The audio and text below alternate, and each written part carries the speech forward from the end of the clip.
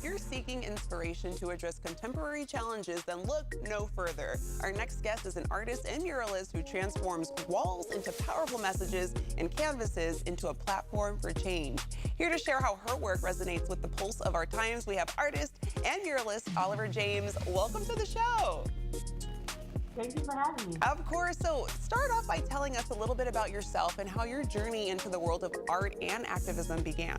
I got into the world of activism first, and I grew up going to school in Boulder, Colorado. My mom also worked at Native Americans Rights Fund, which was a nonprofit organization that helped Native people fight for their rights and their land. So just out of the gate in the beginning, I had that exposure to activism at a very young age because of my mother, so thanks to her.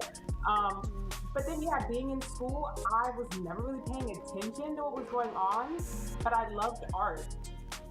So for me, those two things have always just been something that have always been there. So yeah, that's how I got started. But then in 2018, I quit my job around everything that was going on around the world then. And then in 2021, I think, or 2020, I was asked to help do a mural of Breonna Taylor. So that really got me, professionally into the world of using my art as activism. Yeah, and I mean, we were watching some footage of the artwork of you creating it. Can you talk about the style of art you do and the medium that you work in?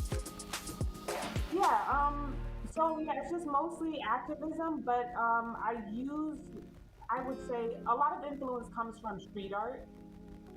So I like to use different things like stencil making or using stencils to make my art, and so we follow a lot of that style, but put a lot of words in there, but just a lot of different contemporary art that I like to use. And I mean, we're looking at some of the great artwork that you've done. Reflecting on the past years, what projects stand out as your favorite? I think the ones that are my favorites are the ones that I've grown the most, or that I've surprised myself and didn't think that I could do, like that one right there. But I think one of my favorites were the one that I did of Angela Davis, just because of the afro. Yes.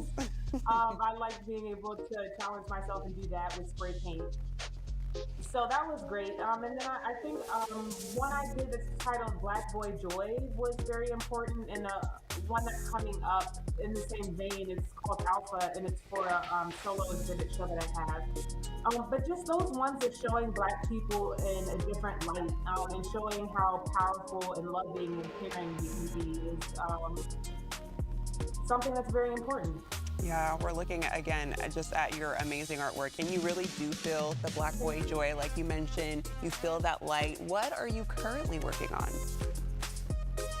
So I'm working on like 3 different projects at once, actually. One of them is I'm deconstructing a lot of flags from different countries: America, Haiti, Panama, Jamaica, Guyana. I'm putting them together, reconstructing them with African tribal prints and different types of fabrics, patterns. So that one's really important to me, and it's just trying to show the contribution that Africans across the diaspora have had across the diaspora on the Western world. Art often has the power to spark conversations and bring about change. How do you see your murals contributing to social dialogue and activism in the local community? Yes, I always want people to be able to look at my art and just stand there and talk about what they might think it means, but also what they think it might mean to the current time. So I hope that they all spark a conversation within people. But, something that, like UC Banksy or Shepard Fairey. And I think you'll see those art and they're very big conversational pieces. So I just hope that my art can bring about conversation.